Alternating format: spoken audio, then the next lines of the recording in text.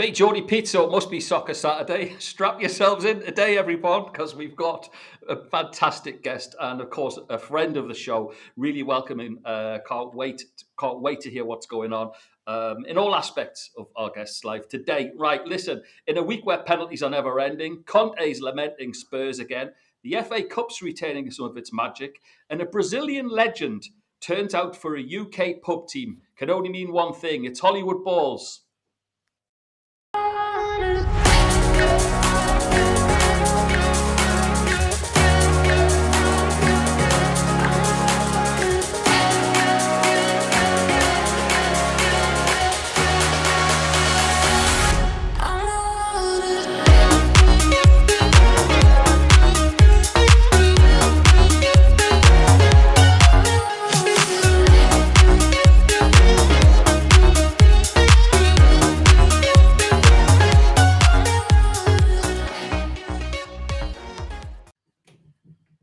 Okay, coming up on today's show, we're primed and ready to respectfully question the ref. The doyen of whistlers is with us, Keith Hackett. We preview the Manchester derby, look at the finest cup run of recent ages, solve all of our VRR issues, of course. We've got our baller of the week, and of course we've got DK Hot Sauce predictions, Premier League predictions, that is. Okay, big welcome. Keith Hackett, how are you? I'm delighted. Great to be back on your show. And with a legend, Kevin Campbell. Wow, that's incredible. Absolutely. Kev, how are you? Hey, Pete, I'm fantastic, and I'm so looking forward to being on with the legend that is Keith Hackett. Do you know what? I've been so excited about this because I do follow Keith on social media, watch what he puts on and stuff, and he is one of the old school legends who tell it like it is. It's going to be a good show.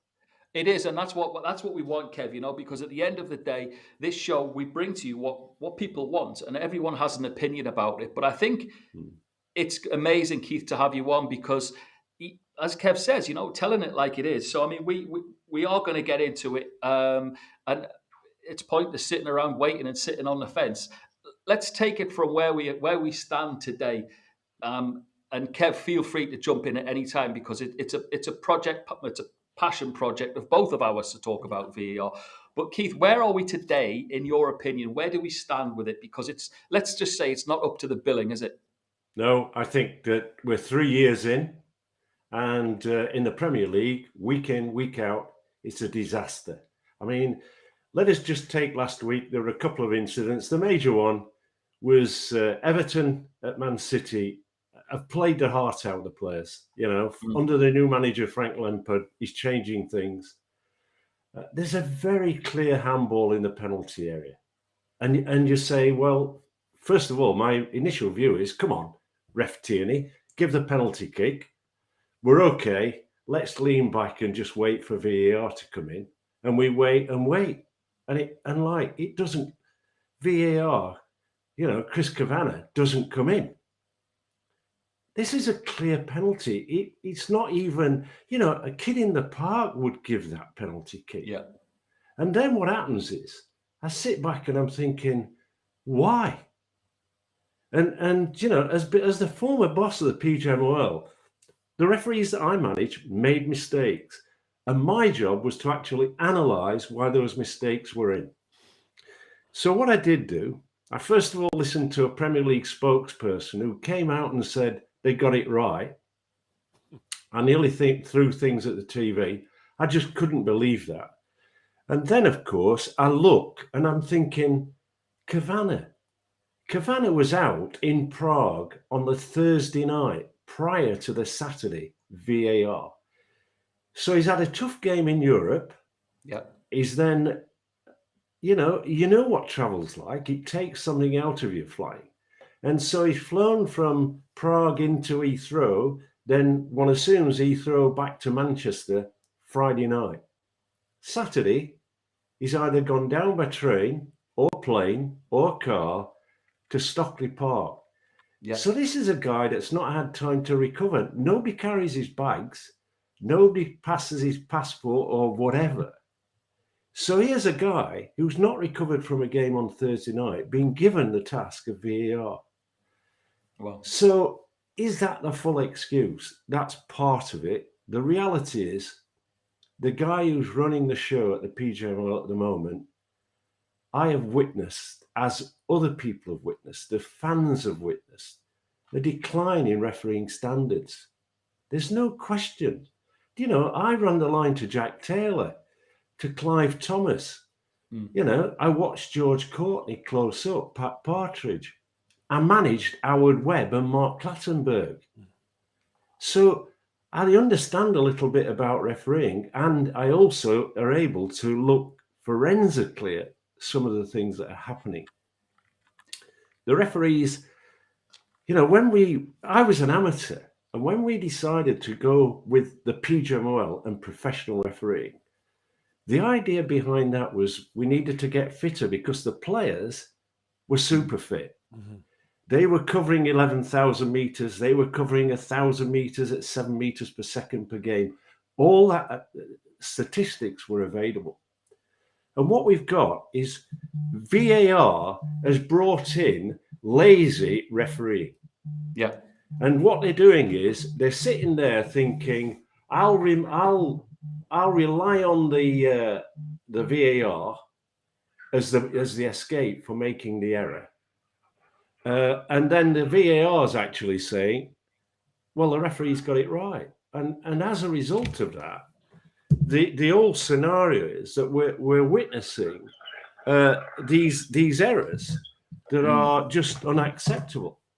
Keith, can I just ask you, as the referee, because the referee Tierney says he didn't see it.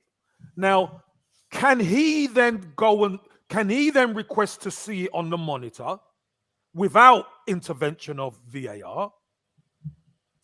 Well, in the order that it runs at the moment, the answer is no. But you know, look, there's a conversation that can be had. They're mic'd up. So the referee can say, Kevin, to his VAR, oh, that looks a bit iffy. Have a look at that. So I think there is feed. But you and I know, we all know as fans, because that's what we are. We all know that when a referee now in England goes to the monitor, he's going to go with the VAR every time. Yeah. The reality is that in the States, in the MLS, where former referee Howard Webb is running the pro referees over there, he's made it quite clear. Look, first of all, I want the referee to see the decisions VAR. If the VAR says come in, I want you to go and look at the monitor. Yeah. But if you think that on the day you've got that decision right, you stick with your decision, mate. Because ultimately, at the end of the day, you're the guy that makes the decision. So the reality is, we've got an issue of who is the panel of VARs? Are they specialists? No, they're not. They can be refereeing on a Friday or a Saturday, and then VAR the following day. So for me, we have specialist assistant referees. We need specialist VARs. And that VAR panel, I'm going to shock you now, Kevin, because there's people like you that ought to be on that panel. Yeah. There ought to be a mix of people within the panel of VARs, given the training, but look at the massive experience that you've got. Yeah. You would have pulled that penalty kick. That's a penalty all day long. But that was gonna lead on, Keith, to just at the end. Fair enough, you know, they got it horribly wrong. Where is the accountability? What comes out is an apology, and the referees and Kavanagh could just get on with it. That's not right. Yeah. Well, I mean, look, I think he was out as VAR the following day. Yeah. And then on Tuesday night, I think it was at Burnley. It was in the middle.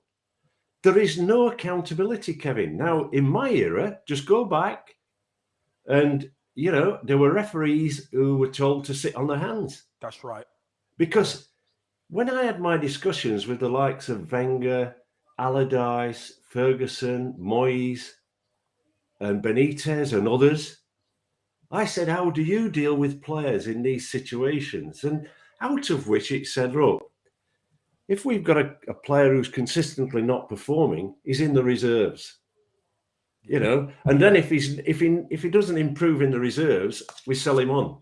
Yeah, he's gone. Yeah. And so it was simple. I would say to a referee, talk me through that decision. If I had a decision like the one at Everton, I would say, I want you all round and I want you to talk me through the decision because you've got it wrong and try to analyse why they've got it wrong. But see, I don't think that conversation takes place. I think they just move on. Public statement, we got it wrong, sorry. Oh, by the way, Everton could be relegated at the end of the season because of that poor decision.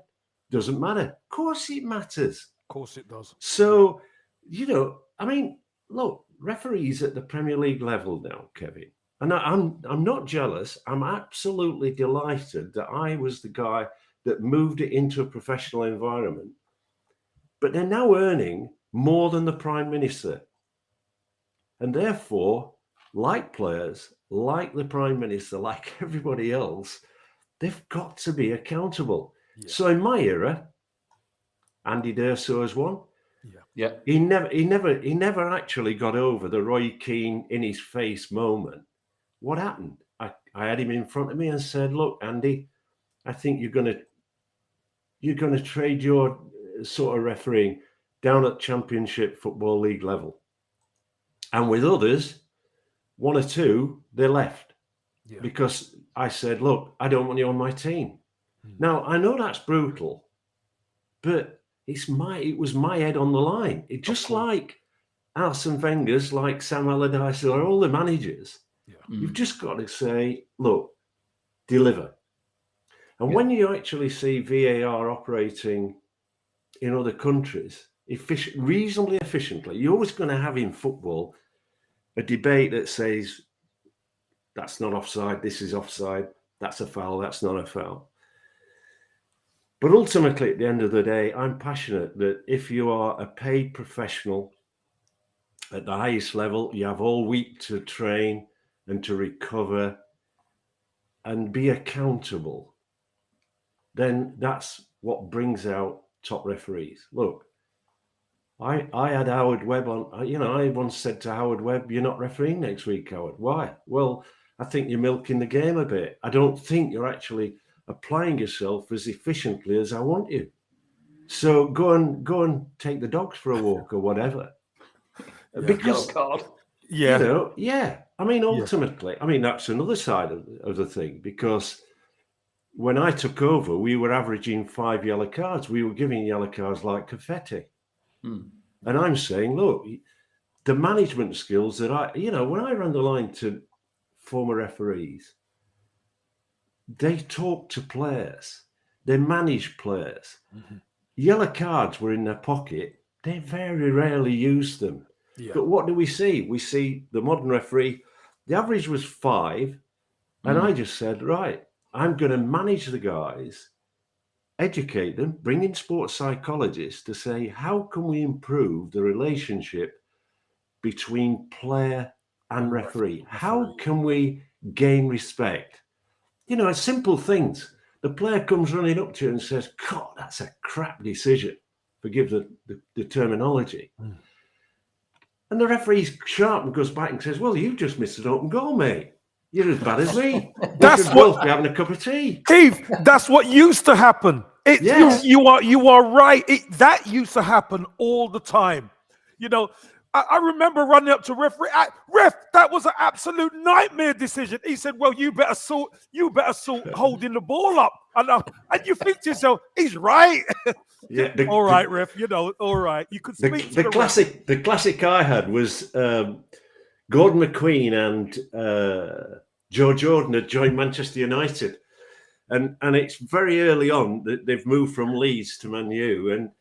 And Joe Jordan had this habit of catching the ball with it down. He put his arm straight down between his legs and catch and literally control the ball that way. Completely illegal, but got away with it. Yeah. And I've gone and I've blown. I mean, like the idiot I am. I've given the free kick. Joe Jordan's come towards me, and he's sort of showering me with the expletives. He's unhappy, and I just said to him, Joe, I'll tell you, you're banned from Stringfellas nightclub. And it absolutely stopped him in his tracks. Stopped him in his tracks, I bet. And then he goes to Gordon McQueen, and I hear him because I'm in the vicinity. He's gone, Gordon, what's he on about, this ref? He's saying he's banned me from Stringfellas nightclub. At which Gordon McQueen says to him, don't you know that Keith Hackett's brother, Johnny Hackett, is a director of Stringfellas nightclub? And I'll tell you what, didn't get a peep out of him from that game to the next one. Quiet as a mouse, yeah. Amazing Brilliant, stuff. Brilliant, Keith. I can't wait. We're going to continue this. Kev, speaking of Man United, there's a derby happening this weekend, isn't there? Free helicopter job. This is a free helicopter job in Manchester, this one. Yeah, really big game. Obviously, Manchester City now, they're getting challenged by Liverpool. Got away with it last week because of obviously the officials and the decision. Yeah. But now they've got to really win their games now because Liverpool are hunting them down. So Man United need the win as well. So it's going to be a cracker.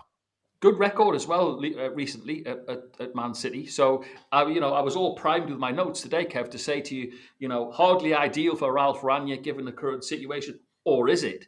Because it's a derby and United, they generally pull a result out. City, maybe due to that they are the juggernaut that we expect, but Everton got into them. They really got into them. Yeah. So we're all set up for a cracking tie, I would imagine. Yeah, it's going to be a great game.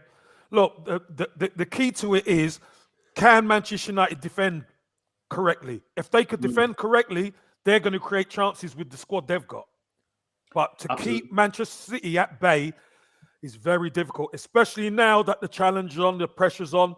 Pep's going to be really pushing his boys, so it's going to be a cracker. Looking forward to it. Keith, big game for your boys as well, just so people know. Give us an update because you have a club that's dear to your heart. They play today at Penistone Church, your side. I'm correct in thinking, are they at Slisdon? Is it a hard game? They're at Silsden. It will be a good game. The last time we played, this particular game was abandoned because we had a player knocked out pretty badly. And the medics, our own and the medics at Silsden were brilliant, absolutely brilliant. And we shipped the player off to the hospital in Keighley, and they looked after him extremely well. So we're looking forward to the return of going back there. It's in the hills of near Skipton and Keighley, and it'll be a tough match. We're playing really well at the moment. Our manager left early in the season. He'd been with us a long time, a terrific guy, Ian Richards, a local assistant headmaster, to join a Northern Premier League team. And we operate with 30 teams.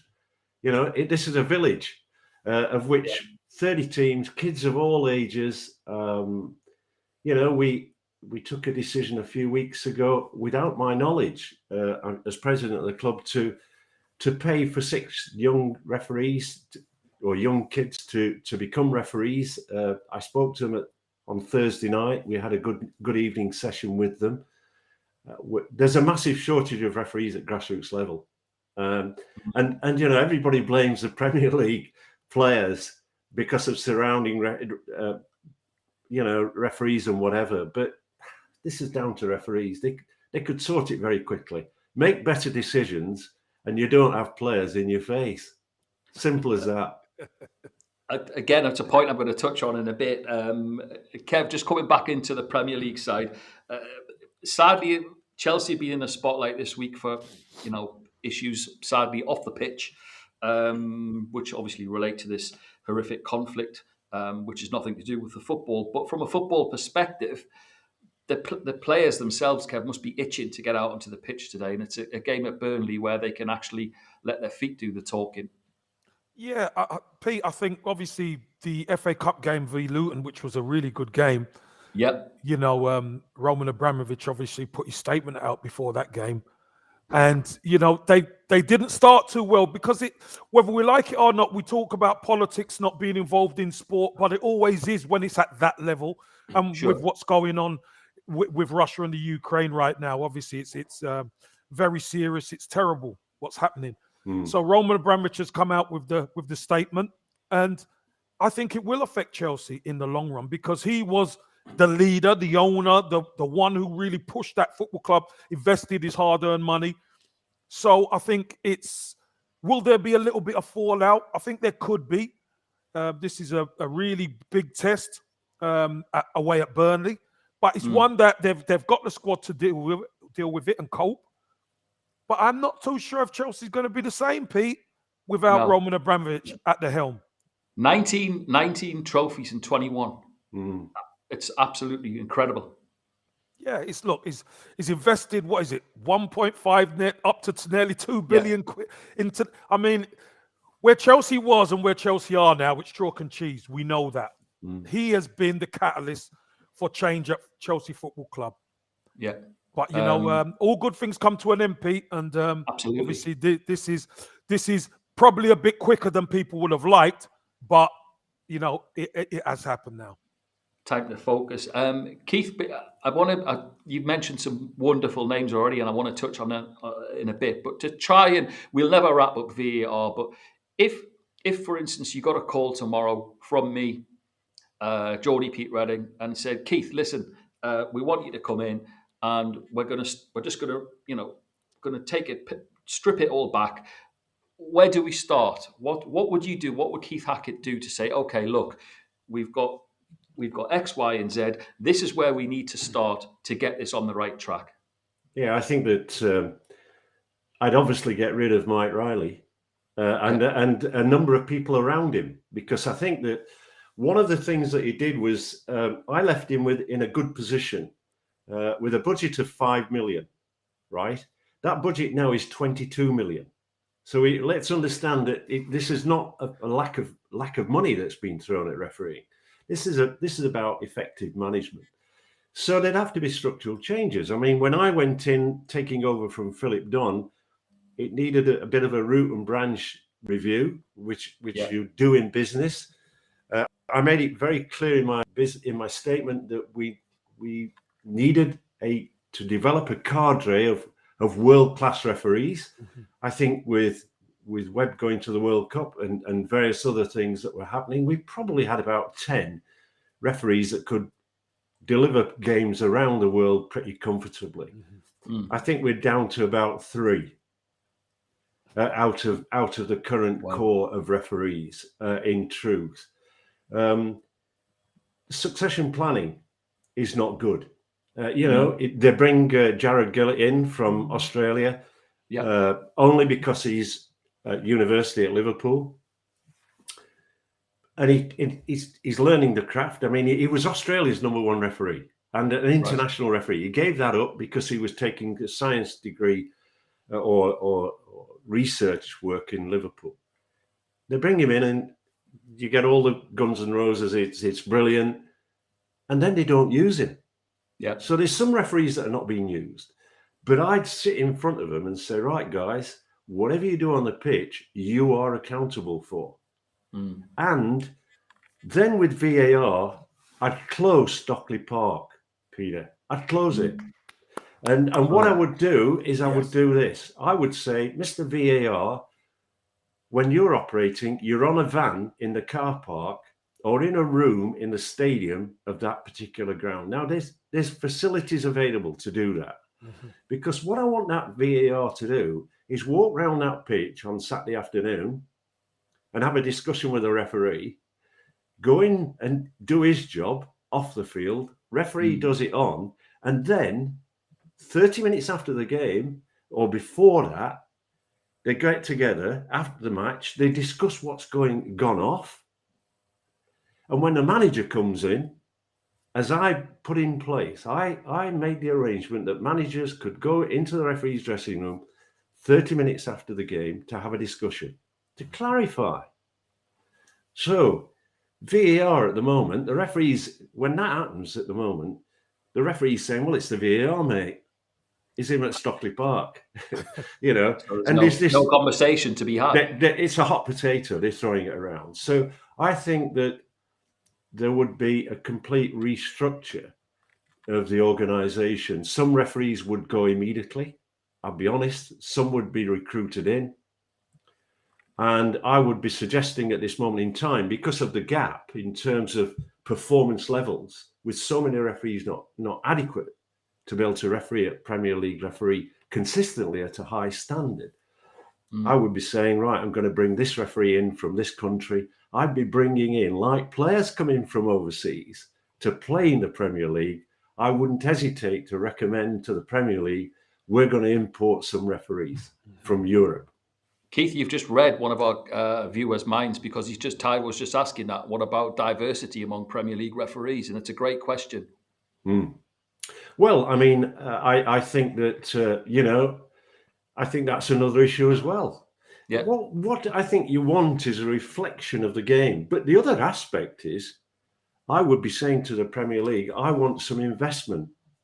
And I'd be saying to the PFA, I want you to spend some money. Because what I want is I want to develop a cadre, a number of ex-professional players. Absolutely. Even those who are, at the exit trials that we see every year when academies offload some kids. Those kids are fit. They're brutally disappointed that they're not going to be retained by that particular club. Some get another chance in the Championship or in the leagues. But there are others who I would want to be saying, look, I want you to go to university. I want you to do degree courses in sports science or whatever. But I also want you to be a referee. And let me tell you, just like, the game shows or the shows on television where, you can take somebody from literally out of the street and make them skating stars or dancing stars or whatever. There's no reason why you can't do that with refereeing. True. Yeah. You get somebody in, give them the knowledge of the laws of the game, but to shortcut that, there's players who retire, and that might be for whatever reason, and they'd make good referees. And if they want, I'll give them the names of the referees that were. Bob Matheson became an international referee. I think he was in and around Bolton Wanderers. Mike Lowe from Sheffield was around Sheffield Wednesday as a goalkeeper. He became a Football League referee. George McCabe was also a goalkeeper for Sheffield United. He became an international referee. There are others, So what we've got to aim for is dead simple. What I do is I measure the quality of what I see when I watch a game of rugby union. Yeah. Right? And I look at Nigel. Okay, he's retired now, but I look at Nigel Owens and I watch him and he talks to players. He's got a sense of humour. But when he wants to see a decision? And this is what VAR's got to do. Big screen in the stand, in the stadium. I think there's only two clubs that haven't got big screens, Liverpool and Man U at the moment. But they would be told, get one. And what you do is the referee reviews the decision on the big screen inside the stadium, and you, the audience, be it television, in the stadium, can listen in to what's going on. We've got to get transparency into this operation, because at this moment in time, and I'll say very clearly here and now, the integrity of our referees is not an issue. They're very honest people, right? But at this moment in time, I read my social comments that come through to me, and there are fans, basic fans, who are passionate about the game, are questioning their integrity. They're beginning to say, just a minute, these guys aren't for real. They're not. This is crooked. This is crooked. Yeah. Yep. And I don't believe that. What it is it's the stupidity of having a guy on Thursday night doing an international game, being VAR on a Saturday. And it's okay saying, well, he's not running around. This is about, Kevin will tell you, traveling. The game is about, it's about this, what's between the ears here. Yeah. The mentality, because you can become fatigued mentally. Yes. You need the rest, you need the recovery. And what you do need is somebody actually able to say there's a level of accountability. People said to me, oh, you're tough. the referees are operating under fear. No, just like a player, you want to retain your position in the team. You've got to perform that Saturday. Right. You might get away with it with 80%, 90%, but you're not going to get away with it when you make big decisions in the errors that I mean, Keita, Liverpool, he went in high. The challenge was tough. Was it a red card? I think in the end, when I'd seen it a couple of times, I'm going, I'd give him a red, I'd give the other guy a yellow. Nothing happened.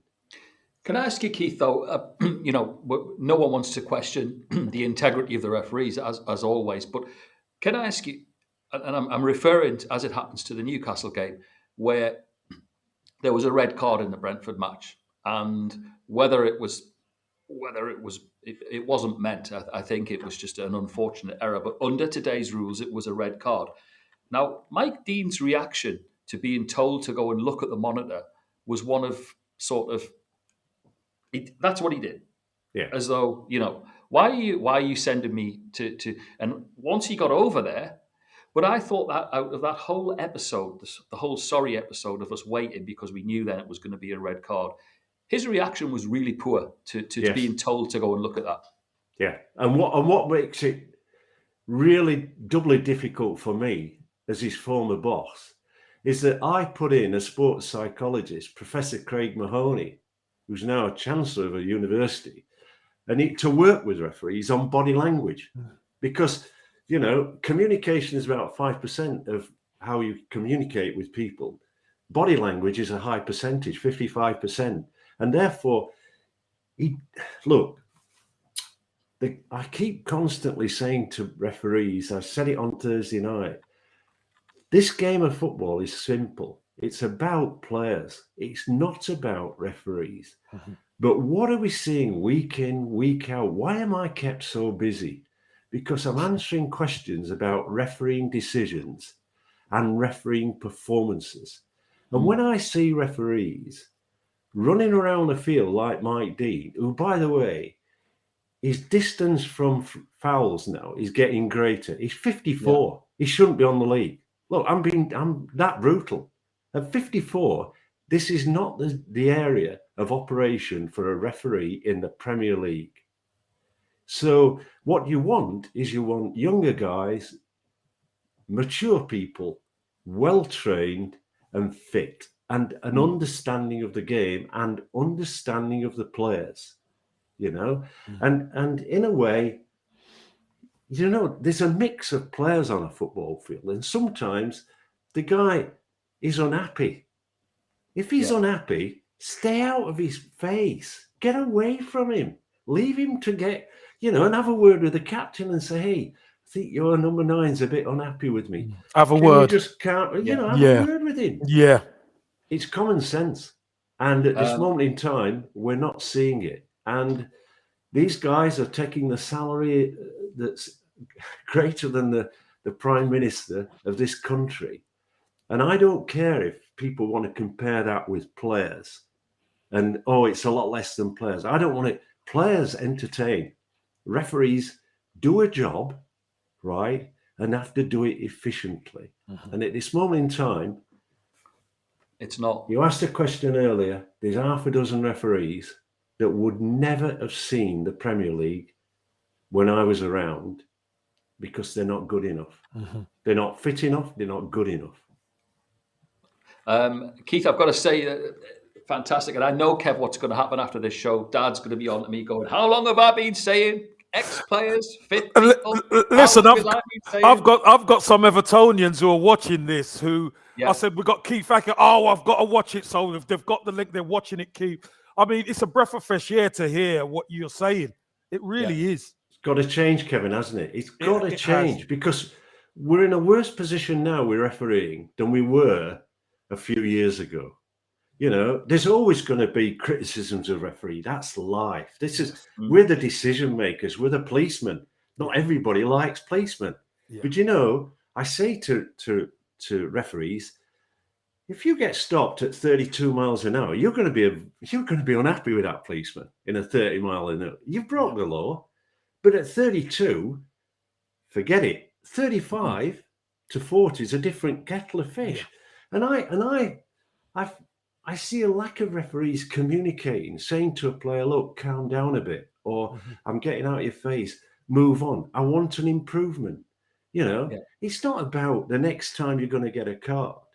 But isn't it interesting, in the English Premier League, what happens is we see most of the game up to half-time, very few yellow cards given. And then in the second half, it's as though they've had a cup of tea or whatever. They come out and they've got a card here and a card in the back pocket. And it's everywhere. They're like confetti.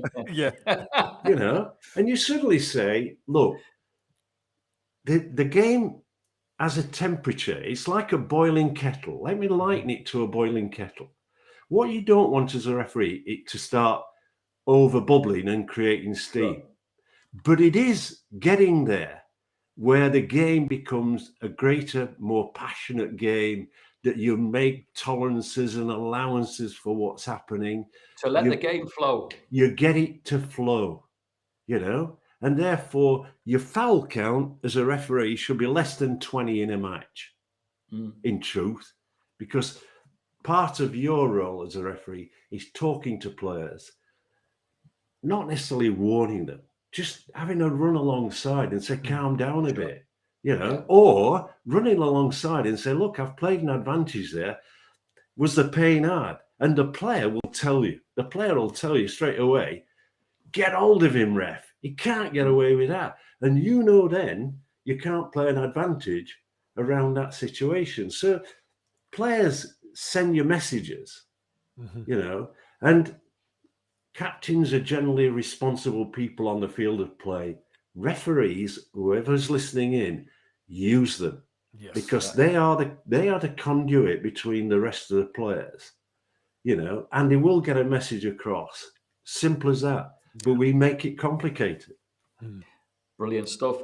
Kev, sticking with legends, great story for you this week. Roberto Carlos starred for the Bull in Barn FC in Shropshire this last weekend. Was that in the bar or on the pitch? Both, but judging by the look of him, I think maybe. Yeah, maybe he was in the bar. I think he was with Cammy. I think he was with Cammy down there. I think, yeah. So this story piqued my interest. So I was thinking, what's Roberto Carlos doing playing fullback for the Bull in Barn FC? It turns out that there was a huge competition for non-league football on eBay, and it was the best or the highest bid won 90 minutes or thereabouts, let's say, of Roberto Carlos.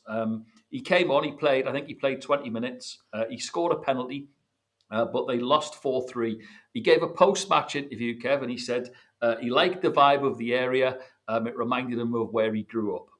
Absolutely brilliant story. Yeah. Well, I could tell you this much, Keith. It was a lot colder there where he was than where we grew up. I'll tell you that much. Yeah. But he still stuck his pen away. Well, listen, it's a great story, and do you know what it is, Pete? It's a feel-good story, because somebody like Roberto Carlos, who was the best left back in the world for years, you know, special free kicks, etc., part of that great Brazilian team. Sure. To be playing non-league in the UK Amazing. For a local pub side, I mean, it's brilliant, absolutely brilliant. He scored his penalty, but I believe that there was a period of the game where he was resting, and there was an ideal free kick, and they were shouting, "Roberto, come on! It's 35 yards out." It was ideal. Did he have the? He was on the side having a drink and a tap, probably. Yeah, no. he was at the bar, I think. Quality. Brilliant stuff. Listen, I want to get into, speaking of heroes, and it's time for our baller of the week, Kev. If you could lead us, because you know, listening to today and what's going on in the world, we all need a hero. So have you got a baller of the week from us from the last 7 days? I have, Pete. I've got to be honest with you. I've done the Everton versus Boro Wood game on Thursday. Okay. And I've got to say, obviously, Solomon Rondon has come in for some stick at Everton. Scored the 2 goals, was excellent. So I'm going to give one on each side. I'm going to give one for Rondon, for Everton, but I've got to say that the manager of Boro Wood, Garrard, he's put together an excellent team who, you know, they done so well to get to 5th round, They're up there in the National League to try and make it into the Football League. Yeah. And his team are a credit to football. And so I'm going to give it to him, Pete. The manager of Boreham Wood Garage. And Frank sent him a nice text as well. Yes, he pre-match, did. He did. Which was a touch of class, by the way. Yeah. Was great to see. Keith, obviously in your long list of people who we think don't deserve an award, is there a special place in your heart this week for a hero, a baller of the week from your side? Well, I think that from my point of view, because I'm attached to Penistone Church, I just look at our manager. He doesn't get paid for doing what he does. Yeah. He puts hours and hours of effort in, which is tremendous. And he's got this mix of young players and old players playing together. They're enjoying it, but they're loving winning. And there was a period at the beginning of the season when I thought we'd lost it and we would be in the relegation zone. We're currently 4th, and it's all down to him and how he manages players. And I think it's great. I mean, I just love watching it. Yeah, for sure. Well done. What's his name, Keith? Stephen Lentil. We know him as Lenny. We know him as Lenny. Well done. Brilliant. Steve. Brilliant. Long may it continue. Great to hear stories like that. Listen, thanks to you all for viewing and your support. And before we get into the next segment, just remember that after the show, straight off, we've got, if you head over to, let me just ping it up for you. If you head over to our Hollywood Balls Live Facebook page at Sporting Chat, we're giving away 500 TFC straight after the show. So get involved there. Thanks, as always. I think that you've been part of an absolutely fascinating show today. And Keith, I'm expecting my phone to be ringing off the hook from our media colleagues asking for quotes from Mr. Hackett himself. Fantastic. But again, the daft thing is, Keith, it's just all common sense. It's common sense, which is what makes it even more mind-blowing that it's not adhered to. Okay, so it's time for our DK Hot Sauce Premier League predictions. Keith's in the house with us, Super Kev as well. Congratulations go to Samantha last week.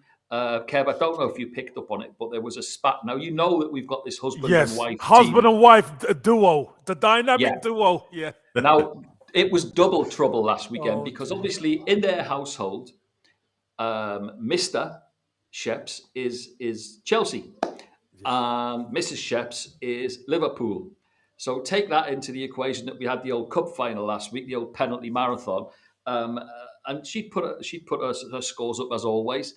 And Scotty couldn't resist a little dig just because she's got a fantasy football team and she knows a couple of referees in the UAE. She's now a football expert. And I thought, okay. As it happens, of course, Karma came to visit her husband, and Samantha was our winner last week. She won. She won Premier League predictions and just ended it, Kev, with saying, not bad for a girl who knows nothing about football. Yeah, and he got no dinner. and no trophy. Yeah, no trophy. There you go. So well done, Samantha. Well deserved. Okay, in the house today we've got Ahmed, Scotty, Lee Cosgrove's in, Jace Edwards. Great to have him back. Who else have we got in? Barry as well. So Barry's in the house. Jane Cowan, who I went to school with. Toon Jane's in the house as well. And she's done what she normally does. She said, can't believe I'm in this weekend, but the Toon aren't in prediction. So she's put her own Toon prediction in as well. Good for her. Okay, as always, guests first. Keith, we're going to start with the game. Give us a score for Leicester and Leeds. I think this will be a 2-2 draw. The reason being is that, they've got Jamie Vardy back, which I think is the important piece of the jigsaw for Leicester. Leeds have got a new manager in. He's got to have been working on Leeds' defence because, for me, to be honest with you, they've been a terrific team. I know I don't have the passion and they lose, but they lose with style. They've played some terrific, entertaining stuff. But then you suddenly go, Bielsa in the past, you really do need to sort your defence out. And that's where they struggled, Absolutely. Okay, Kev? I've gone just a little bit different than Keith. I've gone 2-1 Leicester. Okay. 2-1. I've gone 2-1 Leicester as well. Ahmed's taken 2-0 to Leicester. Scotty's gone with Keith. He's gone for a 2s apiece. Lee Cosgrove's taken 3-1 to Leicester, as has Jace. Jane's gone one better with 3-0 for Leicester. And Barry has taken 2-0 to Leicester. Okay, back up to Keith. And we are with Burnley and Chelsea, Keith. I think this will be a very difficult game for Chelsea. You know, that slope at Burnley catches lots of players out. I think I'm going to go for a Chelsea win, 2-1. Okay, I've gone 2-0. Kev? I've gone the same, 2-0 Chelsea. Okay, Ahmed's taken 2-1 Chelsea. Scotty's taken 1-0 Chelsea to his beloved Blues. Lee Cosgrove's taken 1-1 draw.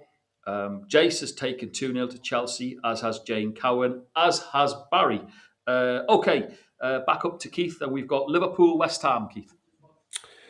Well, I think this is going to be a draw. I'm sitting on the fence on this one. I think David Moyes is looking for that win against Liverpool. Yep. I don't think he's ever had one. And I do believe this will be a draw.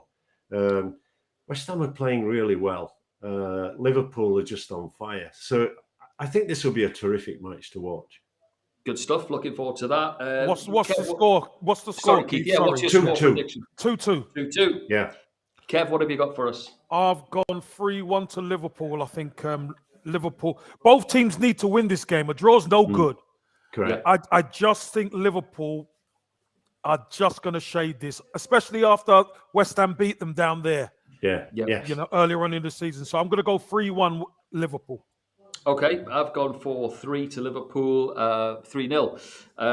Ahmed's taken 3-1. Scotty's taken 3-0 to Liverpool. Jason's taken 3-1 to Liverpool. Jane Cowan's gone 2-2, similar, and so has Barry. So be a cracking game if it is. Okay, Watford Arsenal, Keith. Both need wins. I think this is 3-1 to Arsenal. I think Roy Hodgson's trying his best, but I think they're a relegation side. I think personally they've gone. Okay. And you know, they've been a yo-yo team for a few years now, and this is when we're at the bottom of the pile. Yeah, I couldn't agree more. Kev? I've gone 2-0 Arsenal. Okay, I've gone the old famous 1-0 to the Arsenal. That will do. I'll take that. I'll take that, Pete. All day. Ahmed's taken 2-0 to the Arsenal. Scotty's taken 0-0. 2-1 to the Arsenal for Lee. 2-0 to the Arsenal for Jane. 1-0 to the Arsenal also. For 2-0 for Arsenal for Jace Edwards. 1-0 to the Arsenal for Jane Cowan. And 2-0 for Barry to the Arsenal. Okay, last up, Keith. It's the Manchester derby. Manchester City against Manchester United. What you got? I'm going Man City 2-1. I'll stick with that. Okay, good stuff. Kev? I've got the same, Pete. 2-1 to City. Okay, I've got one more. I've got 3-1 to City. Ahmed's gone 3-2 to Manchester City. Scotty's taken 2-0 to Manchester City. Lee Cosgrove, forever a Reds, taken 2-1 to Man United. Good for you. Jace Edwards taken 2-0 to Man City. Jane Cowan's taken 1-0 to Man City. And Barry has taken 2-2. Brilliant. We'll keep you updated on all those scores. As I said, for all of you guys, don't forget, head over now to the Facebook page. It's there for you. Good luck. We're giving away to our top 10 winners. There's over 500 TFC for you, so good luck to everyone. All that remains for me to do is thank today's guest, Keith. It's been an absolute pleasure as always.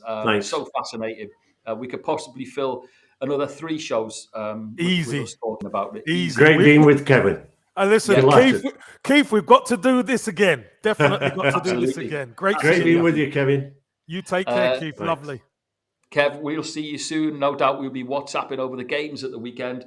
Whoever your team is, good luck to them this weekend. That's it from me, Geordie Pete. We'll see you next week on Hollywood Balls.